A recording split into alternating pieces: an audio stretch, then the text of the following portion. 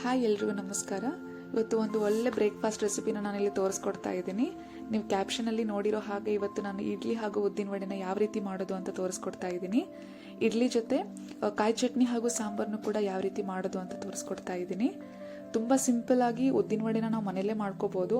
ಇಡ್ಲಿ ಜೊತೆ ಒಂದು best peer ಅಂತಲೇ ಹೇಳ್ಬೋದು ವಡಾನ, ಬಿಕಾಸ್ ಅಷ್ಟು ಒಂದು ಒಳ್ಳೆ ಕಾಂಬಿನೇಷನ್ ಇಡ್ಲಿ ಹಾಗೆ ಉದ್ದಿನ ವಡ. ನೋಡಿ ಬನ್ನಿ ನೋಡ್ತಾ ಹೋಗೋಣ ಇಲ್ಲಿ ಯಾವ ರೀತಿ ಮಾಡೋದು ಅಂತ. ನೋಡಿ ಈ ಕಪ್ ಅಳತೆಯಿಂದ ನಾನು 2 ಕಪ್ ಅಷ್ಟು ಅಕ್ಕಿನ ತಗೊಂಡಿದ್ದೀನಿ, ಹಾಗೆ 1 ಕಪ್ ಅಷ್ಟು ಉದ್ದಿನ ಬೇಳೆನ ತಗೊಂಡಿದ್ದೀನಿ. ಅಕ್ಕಿ ಹಾಗೆ ಉದ್ದಿನ ಬೇಳೆನ ನಾನು ಬೆಳಗಿನ ನೆನೆಯಕ್ಕೆ ಇಟ್ಟಿದ್ದೆ. ಒಂದು 7 ರಿಂದ 8 ಗಂಟೆಗಳ ಕಾಲ ಅಕ್ಕಿ ಹಾಗೂ ಉದ್ದಿನ ಬೇಳೆನ ನೆನೆಸ್ಕೊಂಡು ನೈಟಲ್ಲಿ ಹಿಟ್ಟನ್ನ ರುಬ್ತಾ ಇದ್ದೀನಿ. ಅಂದರೆ ನೀವು ಬೆಳಗ್ಗೆ ಬ್ರೇಕ್ಫಾಸ್ಟ್ ಮಾಡೋದಾದರೆ ನೈಟ್ನೇ ರುಬ್ಬಿಟ್ಕೊಂಡು ಹಿಟ್ಟನ್ನ ಫರ್ಮೆಂಟ್ ಆಗಲಿಕ್ಕೆ ಬಿಡೋಣ. 10 ರಿಂದ 12 ಗಂಟೆಗಳ ಕಾಲ ಹಿಟ್ಟು ಚೆನ್ನಾಗಿ ಫರ್ಮೆಂಟ್ ಆದರೆ ಹಿಟ್ಟು ತುಂಬ ನೈಸಾಗಿ ಬರುತ್ತೆ, ಹಾಗೆ ಇಡ್ಲಿ ಕೂಡ ತುಂಬ ಚೆನ್ನಾಗಾಗುತ್ತೆ. ಇಲ್ಲಿ ನೋಡ್ಬೋದು ನೀವು ಈ ಥರ ನೆನೆಯಕ್ಕೆ ಇಟ್ಟಿದ್ದೆ ನಾನು ಹಿಟ್ಟನ್ನ ರುಬ್ಕೊಂಡಿದ್ದೀನಿ. ಇಲ್ಲಿ ನೋಡಿ ಬೆಳಗ್ಗೆ ತೆಗೆದು ನೋಡ್ತಾ ಇದ್ದೀನಿ ಎಷ್ಟು ಚೆನ್ನಾಗಿ ಫರ್ಮೆಂಟ್ ಆಗಿದೆ ಹಿಟ್ಟು ಅಂತ. ಇಲ್ಲಿ ನೀವು ನೋಡ್ತಿರ್ಬೋದು ಹಿಟ್ಟು ಕೂಡ ಅಷ್ಟೇ ನೈಸಾಗಿದೆ. ಈ ಥರ ಹಿಟ್ಟು ಬಂದರೆ ಇಡ್ಲಿ ತುಂಬ ಚೆನ್ನಾಗಾಗುತ್ತೆ. ಇಲ್ಲಿ ನಾನು ಇಡ್ಲಿ ಪಾತ್ರೆ ತಗೊಂಡಿದ್ದೀನಿ. ಈಗ ಇಡ್ಲಿ ಪಾತ್ರೆಗೆ ಸ್ವಲ್ಪ ಎಣ್ಣೆನ ಹಾಕಿಬಿಟ್ಟು ಸವರಿ ಇಟ್ಕೋತಾ ಇದ್ದೀನಿ, ಅಂದರೆ ಹಿಟ್ಟು ಹಾಕಲಿಕ್ಕೆ. ನೋಡಿ ಈ ಥರ. ಇದು ತುಂಬ ಹಳೆ ಪಾತ್ರೆ, ನಮ್ಮ ಅಮ್ಮನ ಪಾತ್ರೆ. ನಾವು ಇದರಲ್ಲೇ ಇಡ್ಲಿ ಮಾಡೋದು. ತುಂಬ ಚೆನ್ನಾಗಿ ಬರುತ್ತೆ. ಇವಾಗೆಲ್ಲ ಸ್ಟೀಲ್ ಬಂದಿದೆ, ಸ್ಟೀಲ್ ಪಾತ್ರೆಗಳು. ನಾವು ಮುಂಚೆನೇ ಇದರಲ್ಲಿ ಮಾಡ್ಕೊಂಡು ಬಂದಿದ್ದೀವಿ. ಹಾಗೆ ಬೇಗನೆ ಆಗೋಗುತ್ತೆ. ಸ್ಟೀಲ್ ಪಾತ್ರೆಗಳಲ್ಲಿ ಜಾಸ್ತಿ ಇಡ್ಲಿ ಒಂದೇ ಎಟ್ ಎ ಟೈಮಲ್ಲೇ ಮಾಡ್ಬೋದು ನಾವು. ಇವಾಗ ನೋಡಿ ಈ ರೀತಿ ಬರ್ತಾ ಇದೆ. ಈ ರೀತಿ ಎಣ್ಣೆನ ಸವರ್ಕೊಂಡ್ಬಿಟ್ಟು ಇವಾಗ ಹಿಟ್ಟು ಹಾಕ್ತಾ ಹೋಗೋಣ. ಇಲ್ಲಿ ನೋಡಿ ಈ ತರ ಹಿಟ್ಟನ್ನ ನೀಟಾಗಿ ಕಲಿಸ್ಕೋಬೇಕು ಕೆಳಗಡೆ. ಅಂದ್ರೆ ಇವಾಗ ಹಿಟ್ಟು ಯಾವ ತರ ಇವನ್ ಅಂದ್ರೆ ಒಂದೇ ತರ ಕನ್ಸಿಸ್ಟೆನ್ಸಿಲಿ ಬರಬೇಕು. ಒಳಗಡೆ ಸ್ವಲ್ಪ ಏರಿದ್ರೆ ಅದೆಲ್ಲ ನೀಟಾಗಿ ಹೋಗ್ಬೇಕು. ಈ ರೀತಿ ಕಲಿಸ್ಕೊಂಡ್ಬಿಟ್ಟು ನೀಟಾಗಿ ಹಾಕ್ತಾ ಹೋಗೋಣ. ನೋಡಿ ಇಲ್ಲಿ ಅಂದ್ರೆ ಜಾಸ್ತಿ ಹಾಕಕ್ ಹೋಗ್ಬೇಡಿ, ಅಂದ್ರೆ ಓವರ್ ಆಗ್ಬಿಡುತ್ತೆ. ಅಂದ್ರೆ ಸ್ವಲ್ಪ ಬೆಂದಾದ್ಮೇಲೆ ಇಡ್ಲಿ ಸ್ವಲ್ಪ ಹೊರಗಡೆ ಎಲ್ಲ ಬಂದ್ಬಿಡುತ್ತೆ. ಅದಕ್ಕೋಸ್ಕರ ಸ್ವಲ್ಪನೇ ಹಿಟ್ಟು ಹಾಕ್ಬಿಟ್ರೆ ಕರೆಕ್ಟ್ ಅದು ಏನು ಇಡ್ಲಿ ಪಾತ್ರೆ ಸೈಜ್ ಇರುತ್ತಲ್ಲ ಅದೇ ಇಡ್ಲಿಗೆ ಕರೆಕ್ಟಾಗಿ ಬೆಂದಾದ್ಮೇಲೆ ನೀಟಾಗಿ ಇಡ್ಲಿ ಕುತ್ಕೊಳ್ಳುತ್ತೆ. ಇಲ್ಲಿ ನೋಡಿ ಈ ರೀತಿ ಒಂದೊಂದೇ ಹಾಕ್ತಾ ಹೋಗ್ತಿದ್ದೀನಿ. ಇಡ್ಲಿ ಎಲ್ಲ ಹಾಕೋಕ್ಕೂ ಮುಂಚೆ ನಾನು ಇಡ್ಲಿ ಪಾತ್ರೆಯಲ್ಲಿ ಸ್ವಲ್ಪ ನೀರನ್ನು ಹಾಕ್ಬಿಟ್ಟು ಕುದಿಯಕ್ಕಿಟ್ಟಿದ್ದೆ. ಅಂದ್ರೆ ಸ್ವಲ್ಪ ಪ್ರೀ ಹೀಟ್ಗೆ ಇಟ್ಟಿದ್ದೆ. ಅದನ್ನ ನೀರು ಚೆನ್ನಾಗಿ ಕುದ್ದಾದ್ಮೇಲೆ ಇವಾಗ ಇಡ್ಲಿ ಎಲ್ಲ ಹಾಕಿದ್ದೀನಲ್ಲ ಇಡ್ಲಿ ಹಿಟ್ಟಲ್ಲಿ ಇದನ್ನ ನೀಟಾಗಿ ಒಂದೊಂದೇ ಪಾತ್ರೆನ ಇಡ್ತಾ ಹೋಗೋಣ ಬನ್ನಿ. ಇಲ್ಲಿ ನೋಡಿ ಮುಂಚಿತವಾಗಿ ಸ್ವಲ್ಪ ನೀರನ್ನು ಹಾಕ್ಬಿಟ್ಟು ಕುದಿಯಕ್ಕೆ ಇಟ್ಟಿದ್ದೆ. ಒಂದು 2 ರಿಂದ 3 ನಿಮಿಷ ಕುದ್ರೆ ಸಾಕು. ಇವಾಗ ನೋಡಿ ಈ ತರ ಒಂದೊಂದೇ ಪಾತ್ರೆನ ಇಡ್ತಾ ಹೋಗೋಣ. ಇಡ್ಲಿ ಬೆನ್ನಲಿಕ್ಕೆ ಒಂದು 8 ರಿಂದ 10 ನಿಮಿಷ ಸಾಕು. ಎಲ್ಲ ಇಡ್ಲಿ ನೀಟಾಗಿ ಚೆನ್ನಾಗಿ ಬೆಂದಿರುತ್ತೆ. ಸ್ವಲ್ಪ ಹೈ ಫ್ಲೇಮಲ್ಲಿ ಇಟ್ಬಿಡೋಣ. ಹೈ ಫ್ಲೇಮಲ್ಲಿ ಇಟ್ಟು ಇವಾಗ ಮುಚ್ಚಳ ಮುಚ್ಚಿ ನೀಟಾಗಿ ಬೆನೆಯಕ್ಕೆ ಬಿಡೋಣ. ಒಂದು 10 ನಿಮಿಷ ಸಾಕು. 10 ನಿಮಿಷ ಆದ್ಮೇಲೆ ಇಡ್ಲಿ ನೀಟಾಗಿ ಚೆನ್ನಾಗಿ ಅಂಟದೇನೆ ಬಂದಿರುತ್ತೆ. ಇಲ್ಲಿ ನೋಡ್ಬೋದು ನೀವು ಇಡ್ಲಿ ಪಾತ್ರೆ ಎಲ್ಲ ತೆಗೆದಿಟ್ಟಿದ್ದೀನಿ ನಾನು. ಇವಾಗ ನಾನು ತೋರಿಸ್ತಾ ಹೋಗ್ತೀನಿ ಯಾವ ರೀತಿ ಬಂದಿದೆ ಅಂತ. ನೋಡಿ ಸ್ಪೂನಲ್ಲಿ ತೆಗಿತಾ ಇದ್ದೀನಿ. ಒಂಚೂರು ಅಂಟಿಲ್ಲ, ಹಾಗೆ ತುಂಬ ಸಾಫ್ಟ್ ಆಗಿ ಬಂದಿದೆ. ಇವಾಗ ಒಂದೊಂದೇ ಇಡ್ಲಿನ ತೆಗಿತಾ ಹೋಗೋಣ. ತುಂಬ ಚೆನ್ನಾಗಿ ಬಂದಿದೆ ಇಡ್ಲಿ, ತುಂಬ ಸಾಫ್ಟ್ ಆಗುತ್ತೆ. ನೀವು ಕೂಡ ಒಂದ್ಸಲ ಮನೇಲಿ ಟ್ರೈ ಮಾಡಿ, ಖಂಡಿತ ನೀವು ಇಷ್ಟಪಡ್ತೀರಾ ಇಡ್ಲಿನ. ಅಷ್ಟೊಂದು ಸಾಫ್ಟ್ ಆಗಿ ಬಂದಿದೆ ನೋಡ್ಬೋದು ಇಲ್ಲಿ. ಇವಾಗ ಒಂದು ಇಡ್ಲಿನ ತೆಗೆದ್ಬಿಟ್ಟು ಇವಾಗ ನಿಮ್ಗೆ ತೋರಿಸ್ತಾ ಇದ್ದೀನಿ. ನೋಡಿ ಇಷ್ಟೊಂದು ತುಂಬ ಸಾಫ್ಟ್ ಆಗಿ ಬಂದಿದೆ. ಇವಾಗ ಇಡ್ಲಿ ಅಂತ ರೆಡಿ ಆಯಿತು ನಮ್ದು. ಇವಾಗ ನೆಕ್ಸ್ಟ್ ಸಾಂಬಾರ್ನ ಯಾವ ರೀತಿ ಮಾಡೋದು ಅಂತ ತೋರಿಸ್ಕೊಡ್ತಾ ಹೋಗ್ತೀನಿ. ಇವಾಗ ಒಂದು ಪಾತ್ರೆನ ತಗೊಂಡಿದ್ದೀನಿ. ಇದಕ್ಕೆ 2 ಟೀ ಸ್ಪೂನ್ ಅಷ್ಟು ಎಣ್ಣೆನ ಹಾಕ್ತಾ ಇದ್ದೀನಿ. ನೋಡಿ ಎಣ್ಣೆ ಹಾಕಾದ್ಮೇಲೆ ಸ್ವಲ್ಪ ಎಣ್ಣೆ ಕಾಯಕ್ಕಿಡೋಣ. ಎಣ್ಣೆ ಕಾದಾದ್ಮೇಲೆ ಇಲ್ಲಿ ನೋಡ್ಬೋದು ನೀವು ಎಣ್ಣೆ ಸ್ವಲ್ಪ ಚೆನ್ನಾಗಿ ಕಾಯಬೇಕು.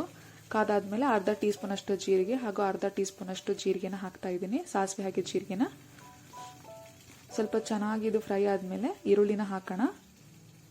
ಉದ್ದಕ್ಕೆ ಹೆಚ್ಚಿಟ್ಕೊಂಡಿದ್ದೀನಿ ಈರುಳ್ಳಿನ. ಒಂದು ದೊಡ್ಡದಾಗಿರೋ ಈರುಳ್ಳಿನ ಮುಂಚೆನೆ ಹೆಚ್ಚಿಟ್ಕೊಂಡಿದ್ದೀನಿ.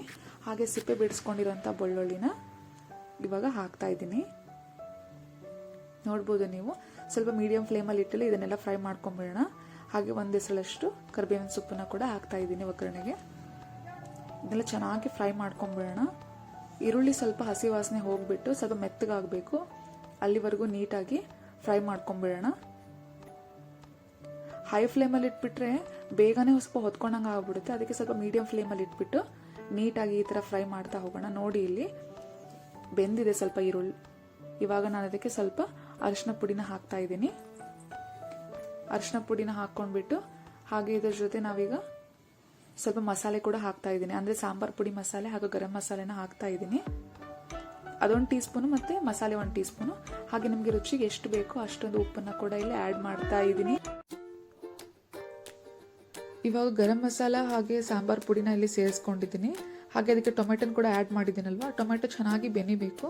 ಇವಾಗ ನೋಡಿ ಈ ಥರ ಮೆತ್ತಗಾದ್ಮೇಲೆ ಇಲ್ಲಿ 2 ಟೀ ಸ್ಪೂನಷ್ಟು ಅಚ್ಚ ಖಾರದ ಪುಡಿನ ಸೇರಿಸ್ಕೊತಾ ಇದ್ದೀನಿ. ಇದಕ್ಕೆ ನಾವು ಮಸಾಲೆ ಖಾರ ಅಂತಲೂ ಕೂಡ ಕರಿತೀವಿ, ಯಾಕಂದರೆ ಇದಕ್ಕೆ ಮುಂಚಿತವಾಗಿ ಒಂದಷ್ಟು ಮಸಾಲೆಗಳನ್ನು ಗ್ರೈಂಡ್ ಮಾಡಿಬಿಟ್ಟು ಖಾರದ ಪುಡಿಗೆ ಸೇರಿಸ್ಕೊಂಡಿರ್ತೀವಿ. ಸೊ ಈ ಮಸಾಲೆ ಖಾರನ ನಾವು ಎಲ್ಲ ಥರದ ಸಾಂಬಾರ್ಗಾಗಲಿ ಪಲ್ಯಗಾಗಲಿ ನಾವು ಯೂಸ್ ಮಾಡ್ತೀವಿ. ಹಾಗೆ ಇಲ್ಲಿ ಒಂದು ಚಿಕ್ಕ ನಿಂಬೆ ಗಾತ್ರದಷ್ಟು ನಾನು ಇಲ್ಲಿ ಬೆಲ್ಲನ ಹಾಕ್ತಾ ಇದ್ದೀನಿ. ಹಾಗೆ ಇದಕ್ಕೆ ಸ್ವಲ್ಪ ಹುಣಸೆ ಹಣ್ಣಿನ ರಸನೂ ಕೂಡ ಆ್ಯಡ್ ಮಾಡ್ತಾ ಇದ್ದೀನಿ. ಟೊಮೆಟೊ ಹಾಕ್ಕೊಂಡ್ರೆ ಹುಣಸೆ ಹಣ್ಣಿನ ರಸ ಹಾಕ್ಕೊಳ್ಳೇಬೇಕಂತೇನಿಲ್ಲ, ಬಟ್ ನಾನಿಲ್ಲಿ ಆ್ಯಡ್ ಮಾಡ್ತಾ ಇದ್ದೀನಿ. ಇಲ್ಲಿ ನೀವು ನೋಡ್ಬೋದು ಸ್ವಲ್ಪ ಬೇಳೆನ ಮುಂಚಿತವಾಗಿ ನಾನು ಸಾಂಬಾರ್ಗಂತ ಕುದಿಸಿಟ್ಕೊಂಡಿದ್ನಲ್ಲ, ಅದನ್ನು ಚೆನ್ನಾಗಿ ಸ್ಮ್ಯಾಶ್ ಮಾಡ್ತಾ ಇದ್ದೀನಿ. ಸ್ಮ್ಯಾಶ್ ಮಾಡಿದಂಥ ಬೇಳೆನ ನೀಟಾಗಿ ಇವಾಗ ನಾವೇನು ಒಗ್ಗರಣೆ ಮಾಡ್ಕೊಂಡಿರ್ತೀವಲ್ಲ ಸಾಂಬಾರಿಗೆ, ಅದಕ್ಕೆ ಆ್ಯಡ್ ಮಾಡ್ತಾ ಇದ್ದೀನಿ. ಇಲ್ಲಿ ನೋಡ್ಬೋದು ನೀವು ಹಾಕಿದ್ದೀನಿ ಅಂತ. ಅದಕ್ಕೆ ಇವಾಗ ಸ್ವಲ್ಪ ನಾನು ಅರ್ಧ ಲೋಟದಷ್ಟು ನೀರನ್ನು ಸಾಂಬಾರಿಗೆ ಸೇರಿಸ್ತಾ ಇದ್ದೀನಿ. ನೀವು ಕನ್ಸಿಸ್ಟೆನ್ಸಿನ ನೋಡ್ಕೊಂಡ್ಬಿಟ್ಟು ನೀವು ಕೂಡ ನೀರನ್ನು ಸೇರಿಸ್ಕೋಬೋದು. ನಿಮಗೆ ತುಂಬ ತೆಳ್ಳಗೆ ಬೇಕಂದರೆ ಸ್ವಲ್ಪ ಜಾಸ್ತಿ ನೀರನ್ನೇ ಹಾಕ್ಕೊಳ್ರಿ. ನಾನಿಲ್ಲಿ ಅರ್ಧ ಲೋಟದಷ್ಟು ನೀರನ್ನು ಆ್ಯಡ್ ಮಾಡ್ತಾ ಇದ್ದೀನಿ.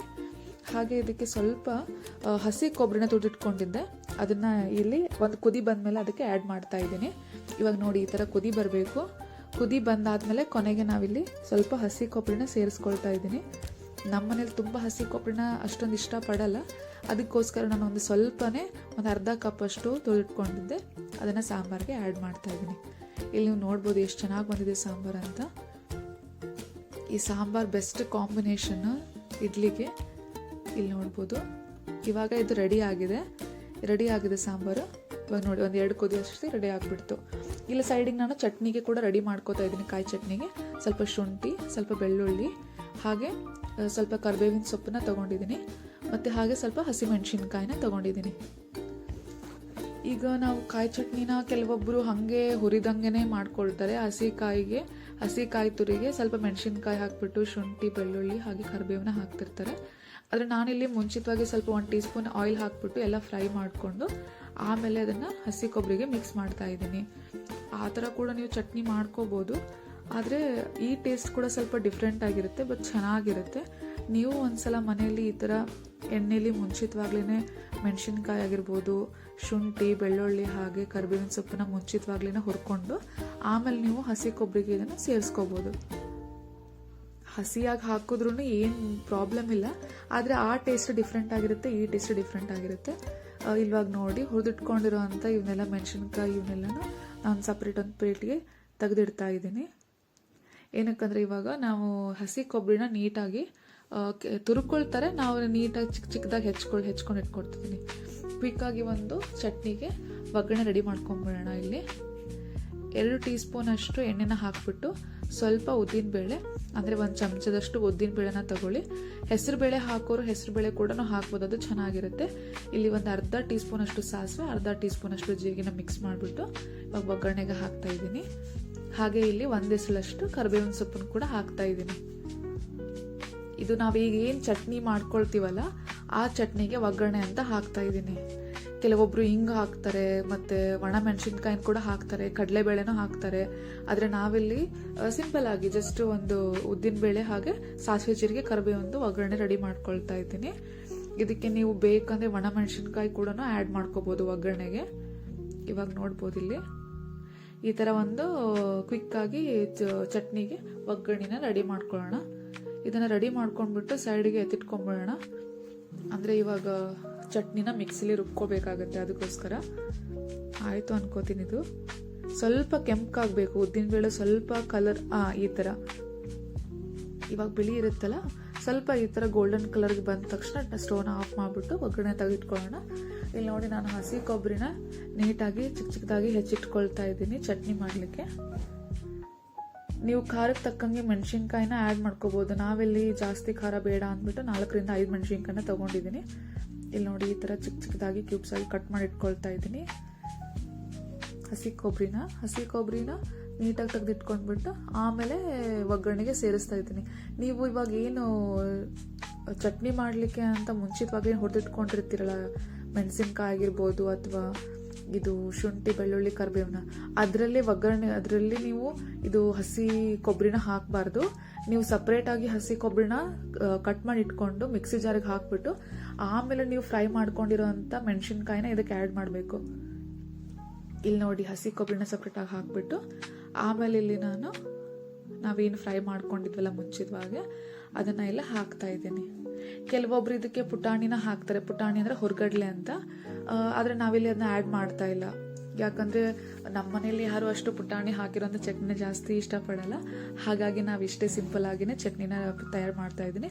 ನೀವು ಕೂಡ ಇದೇ ಥರ ಪುಟಾಣಿ ಹಾಕ್ದೇನೂ ಕೂಡ ಕೊಬ್ಬರಿ ಚಟ್ನಿನ ರೆಡಿ ಮಾಡ್ಬೋದು. ಇದು ಕೂಡ ಟೇಸ್ಟ್ ತುಂಬ ಚೆನ್ನಾಗಿರುತ್ತೆ. ಇಲ್ಲಿ 1 ಟೀ ಸ್ಪೂನ್ ಅಷ್ಟು ಉಪ್ಪನ್ನು ಹಾಕಿದ್ದೀನಿ. ಉಪ್ಪನ್ನು ಹಾಕಿ ಇವಾಗ ನೋಡಿ ಗ್ರೈಂಡ್ ಮಾಡ್ತಾ ಇದ್ದೀನಿ ಚಟ್ನಿನ. ಈ ಥರ ಬಂದಿದೆ ಕನ್ಸಿಸ್ಟೆನ್ಸಿ. ಇದಕ್ಕೆ ತುಂಬ ಕೋರ್ಸಾಗಿ ಬೇಕಂದ್ರೂ ಕೂಡ ನೀವು ಕೋರ್ಸಾಗಿ ಹಾಕೋಬೋದು. ಇವಾಗ ನೋಡಿ, ನಾನು ಚಟ್ನಿ ರುಬ್ಕೋತಾ ಇದ್ನಲ್ಲ, ಇವಾಗ ನಿಮ್ಗೆ ತೋರಿಸ್ತಾ ಇದ್ದೀನಿ. ಈ ರೀತಿ ರಫ್ ಆಗಿದೆ. ಇದಕ್ಕೆ ನಾನು ಸ್ವಲ್ಪ ನೀರನ್ನು ಆ್ಯಡ್ ಮಾಡ್ತಾ ಇದ್ದೀನಿ. ನೀವಿಲ್ಲಿ ನೋಡ್ಬೋದು, ಸ್ವಲ್ಪ ನೀರನ್ನು ಹಾಕಿಬಿಟ್ಟು ಇವಾಗ ಮತ್ತೆ ಮಿಕ್ಸಿಗೆ ಹಾಕ್ತಾ ಇದ್ದೀನಿ. ನಾನಿಲ್ಲಿ ತೋರಿಸ್ತೀನಿ ನಿಮಗೆ ಯಾವ ರೀತಿ ಬಂದಿದೆ ಅಂತ. ನಾನು ಕೊನೆಯಲ್ಲಿ ಸ್ವಲ್ಪ ಕೊತ್ತಂಬರಿ ಸೊಪ್ಪನ್ನ ಕೂಡ ಚಟ್ನಿಗೆ ಹಾಕ್ಬಿಟ್ಟು ಮಿಕ್ಸಿಗೆ ಹಾಕ್ಕೊಂಡಿದ್ದೀನಿ. ಇಲ್ಲಿ ನೋಡಿ, ಈ ಥರ ಬಂದಿದೆ ಚಟ್ನಿ. ತುಂಬ ಟೇಸ್ಟಿಯಾಗಿರುತ್ತೆ, ತುಂಬ ರುಚಿಯಾಗಿರುತ್ತೆ. ನಮ್ಮ ಮನೆಯಲ್ಲಿ ಇಡ್ಲಿ, ದೋಸೆ ಹಾಗೆ ಪಡ್ಡು ಎಲ್ಲದಕ್ಕೂ ಇದೇ ಥರ ಚಟ್ನಿನ ಮಾಡಿರ್ತೀವಿ. ಹುರುಗಡ್ಲೆ ಅಂದರೆ ಪುಟಾಣಿನ ಕೂಡ ಹಾಕ್ಕೊಂಡು ಮಾಡಿರ್ತಾರೆ ಅಂತ ಆವಾಗಲೇ ಹೇಳಿದ್ದೆ. ನಾನಿಲ್ಲಿ ಆ್ಯಡ್ ಮಾಡ್ತಾ ಇಲ್ಲ, ಇದೇ ಅಷ್ಟೇ ಮಾಡ್ತಾ ಇದ್ದೀನಿ. ಇದನ್ನು ನೀವು ಒಂದ್ಸಲ ಮನೇಲಿ ಟ್ರೈ ಮಾಡಿ. ಇದು ಕೂಡ ಚಟ್ನಿ ತುಂಬ ಚೆನ್ನಾಗಿ ಬಂದಿರುತ್ತೆ. ನೀವು ಒಂದ್ಸಲ ಟ್ರೈ ಮಾಡಿ ಮನೆಯಲ್ಲಿ. ಇವಾಗ ನೋಡ್ಬೋದು, ನಾನು ಸ್ವಲ್ಪ ನೀರನ್ನು ಕೂಡ ಹಾಕ್ತಾ ಇದ್ದೀನಿ. ಗಟ್ಟಿ ಚಟ್ನಿ ಬೇಕು ಅನ್ನೋರು ನೀರು ಹಾಕ್ದೇ ಮಾಡ್ಕೊಳ್ಳಿ. ಸ್ವಲ್ಪ ತೆಳುವಾಗಬೇಕು. ಕೆಲವೊಂದು ಜನ ಏನು ಮಾಡ್ತಾರೆ, ಇಡ್ಲಿಗೋಸ್ಕರ ಸ್ವಲ್ಪ ತೆಳುವಾಗಿ ಚಟ್ನಿನ ಮಾಡ್ಕೊಂಡಿರ್ತಾರೆ. ನೀವು ಸ್ವಲ್ಪ ನೀರನ್ನು ಜಾಸ್ತಿ ಆ್ಯಡ್ ಮಾಡ್ಕೋಬೋದು. ಇಲ್ಲಿ ನೋಡಿ, ನಾನಿಲ್ಲಿ ಉದ್ದಿನ ವಡೆಗೆ ರೆಡಿ ಮಾಡ್ಕೋತಾ ಇದ್ದೀನಿ. ಉದ್ದಿನ ಬೇಳೆನ ಮುಂಚೆನೇ ನಾನು ಒಂದು 5 ಗಂಟೆಗಳ ಕಾಲ ನೆನೆಸಿಟ್ಟಿದ್ದೆ. ನೀವು ಓವರ್ನೈಟ್ ಕೂಡ ನೆನೆಸಿಡ್ಬೋದು, ಅದೇನಿಲ್ಲ. ನಾನು ಬೆಳಗ್ಗೆನೇ ನೆನೆಸಿಟ್ಟಿದ್ದೆ ಒಂದು 5 ಗಂಟೆಗಳ ಕಾಲ. ಇವಾಗ ಅದನ್ನು ಪೇಸ್ಟ್ ಮಾಡ್ಕೊಂಡಿದ್ದೀನಿ, ಮಿಕ್ಸಿಗೆ ಹಾಕ್ಕೊಂಡಿದ್ದೀನಿ. ಇವಾಗೇನು ನಾನು ಉದ್ದಿನ ಬೇಳೆನ ನೆನೆಸಿಟ್ಕೊಂಡು ಈ ಥರ ರೆಡಿ ಮಾಡ್ಕೊಂಡಿದ್ದೀನಲ್ಲ ಪೇಸ್ಟು, ಇದಕ್ಕೆ ನಾನು ಚಿಕ್ಕದಾಗಿ ಕಟ್ ಮಾಡ್ಕೊಂಡಿರೋಂಥ ಕರಿಬೇವಿನ ಸೊಪ್ಪನ್ನ ಹಾಕ್ತಾ ಇದ್ದೀನಿ. ಹಾಗೆ ಅದಕ್ಕೆ ಚಿಕ್ಕದಾಗಿ ಕಟ್ ಮಾಡ್ಕೊಂಡಿರೋಂಥ ಹಸಿ ಕೊಬ್ಬರಿನ ಆ್ಯಡ್ ಮಾಡ್ತಾ ಇದ್ದೀನಿ. ಹಾಗೆ ಇಲ್ಲಿ ನಾನು ಚಿಕ್ಕದಾಗಿ ಹಸಿ ಶುಂಠಿನ ಕಟ್ ಮಾಡ್ಕೊಂಡಿದ್ದೀನಿ. ಇಲ್ಲಿ ನೋಡ್ಬೋದು ನೀವು. ಈ ಥರ ಹಾಕ್ಬಿಟ್ಟು ಕೊನೆಯದಾಗಿ ಹಸಿ ಮೆಣಸಿನ್ಕಾಯಿನ ಕೂಡ ಹೆಚ್ಚಿಟ್ಕೊಂಡಿದ್ದೀನಿ, ಅದನ್ನು ಆ್ಯಡ್ ಮಾಡ್ತಾ ಇದ್ದೀನಿ. ನೋಡಿ, ಇಷ್ಟೇ ಸಾಕು. ಕೆಲವೊಬ್ರು ಇದಕ್ಕೆ ಅಕ್ಕಿ ಹಿಟ್ಟನ್ನು ಕೂಡ ಆ್ಯಡ್ ಮಾಡ್ತಾರೆ. ನಾನಿಲ್ಲಿ ಅಕ್ಕಿ ಹಿಟ್ಟನ್ನೆಲ್ಲ ಆ್ಯಡ್ ಮಾಡ್ತಾ ಇಲ್ಲ, ಇದಷ್ಟೇ ಮಾಡ್ತಾ ಇದ್ದೀನಿ. ಇದು ನೀವು ಕ್ರಿಸ್ಪಿಯಾಗಿ ಬರುತ್ತೆ, ತುಂಬ ಚೆನ್ನಾಗಿರುತ್ತೆ ಟೇಸ್ಟು. ಇವಾಗ ಅಕ್ಕಿ ಹಿಟ್ಟು ಹಾಕಿದ್ರೇ ಕ್ರಿಸ್ಪಿ ಆಗಬೇಕಂತೇನಿಲ್ಲ. ನಾನು ಜಸ್ಟ್ ಉದ್ದಿನ ಬೇಳೆಯಲ್ಲೇ ಕೂಡ ಇದಷ್ಟೇ ಮಾಡಿರ್ತೀವಿ. ಇದು ಕೂಡ ತುಂಬ ಚೆನ್ನಾಗಿ ಬಂದಿರುತ್ತೆ. ಕೊನೆಯಲ್ಲಿ ಸ್ವಲ್ಪ ರುಚಿಗೆ ಎಷ್ಟು ಬೇಕೋ ಅಷ್ಟು ಉಪ್ಪನ್ನು ಹಾಕ್ತಾ ಇದ್ದೀನಿ. ನೀವು ನೋಡ್ಬೋದು ಇಲ್ಲಿ. ಇವಾಗ ಯಾವ ರೀತಿ ಪ್ರಿಪೇರ್ ಮಾಡೋದು, ಯಾವ ರೀತಿ ಮಾಡೋದು ಅಂತ ತೋರಿಸ್ಕೊಡ್ತೀನಿ. ಇವಾಗ ನೋಡ್ಬೋದು ನೀವು, ಕೈಗೆ ಸ್ವಲ್ಪ ನೀರನ್ನು ಸವರ್ಕೋತಾ ಇದ್ದೀನಿ. ಇವಾಗ ಏನು ವಡಾ ಹಿಟ್ಟು ರೆಡಿ ಮಾಡ್ಕೊಂಡಿರ್ತೀವಲ್ಲ ಅದನ್ನು ಈ ರೀತಿ ಹಾಕ್ತಾ ಇದ್ದೀನಿ ಕೈ ಮೇಲೆ. ಸ್ವಲ್ಪ ನಿಧಾನವಾಗಿ ತಟ್ಕೋಬೇಕಷ್ಟೇ, ಲೈಟಾಗಿ. ಇವಾಗ ನೋಡಿ, ನೀರು ಹಾಕ್ಕೊಂಡ್ರೆ ಹಿಟ್ಟು ಅಂಟ್ಕೊಳ್ಳಲ್ಲ ಕೈಗೆ, ನೀಟಾಗಿ ಬಿಟ್ಕೊಳ್ಳುತ್ತೆ. ಇವಾಗ ನೀವು ಎಣ್ಣೆ ಬಾಣಲಿಗೆ ಹಾಕಬೇಕಾದ್ರೆ ಕೈಗೆ ಯಾವತ್ತೂ ಅಂಟಲ್ಲ. ಸೊ ಅದಕ್ಕೋಸ್ಕರ ನಾನು ನೀರು ಹಾಕ್ತಾ ಇದ್ದೀನಿ. ನೋಡಿ, ಈ ಥರ ವಡಾ ಶೇಪಲ್ಲಿ ಮಾಡಿಬಿಟ್ಟು ನೀಟಾಗಿ ಎಣ್ಣೆಗೆ ಹಾಕ್ತಾ ಇದ್ದೀನಿ. ಇದು ಬೇಗನೆ ಆಗೋಗುತ್ತೆ. ಫುಲ್ ಎಣ್ಣೆ ಕಾದಿದ್ರೆ ಇವಾಗ ನೋಡ್ಬೋದು ನೀವೇ, ಕಲರ್ ಚೇಂಜ್ ಆಗ್ತಾ ಇದೆ. ತುಂಬ ಬೇಗನೆ ಕಲರ್ ಚೇಂಜ್ ಆಗಿಬಿಡುತ್ತೆ, ಅದು ಬೇಗನೆ ಬೆಂದ್ಕೊಂಡ್ಬಿಡುತ್ತೆ. ನೋಡಿ, ಇಲ್ಲಿ ಗೋಲ್ಡನ್ ಬ್ರೌನ್ ಕಲರ್ ಬಂದಿದೆ. ನೋಡಿ ಎಷ್ಟು ಚೆನ್ನಾಗಾಗಿದೆ ಅಂತ. ನೀವು ಇಡ್ಲಿ ಎಲ್ಲ ಮಾಡಿದಾಗ ಹೊರಗಡೆ ವಡಾ ತೊಗೊಂಡು ಬಂದು ತಿನ್ನೋದಾಗಲಿ ಅಥವಾ ಬ್ರೇಕ್ಫಾಸ್ಟಿಗೆ ವಡಾನ ಹೊರಗಡೆ ತಿನ್ನೋದಾಗಲಿ, ಅದಕ್ಕಿಂತ ನೀವು ಮನೇಲೇ ಮಾಡಿಕೊಂಡ್ರೆ ತುಂಬ ಒಳ್ಳೆಯದು. ನೋಡಿ ಎಷ್ಟು ಕ್ವಿಕ್ಕಾಗಿ ಆಗುತ್ತೆ. ಇದಕ್ಕೇನು ತುಂಬ ಟೈಮ್ ಬೇಕಾಗುತ್ತೆ ಅಂತಲೂ ಹೇಳೋಂಗಲ್ಲ, ಯಾಕಂದರೆ ತುಂಬ ಈಸಿಯಾಗಿ ತುಂಬ ಕ್ವಿಕ್ಕಾಗಿ ನೀವು ಮನೇಲೇ ಮಾಡ್ಕೋಬೋದು. ಒಂದು ಒಳ್ಳೆ ಬ್ರೇಕ್ಫಾಸ್ಟ್ ರೆಸಿಪಿ.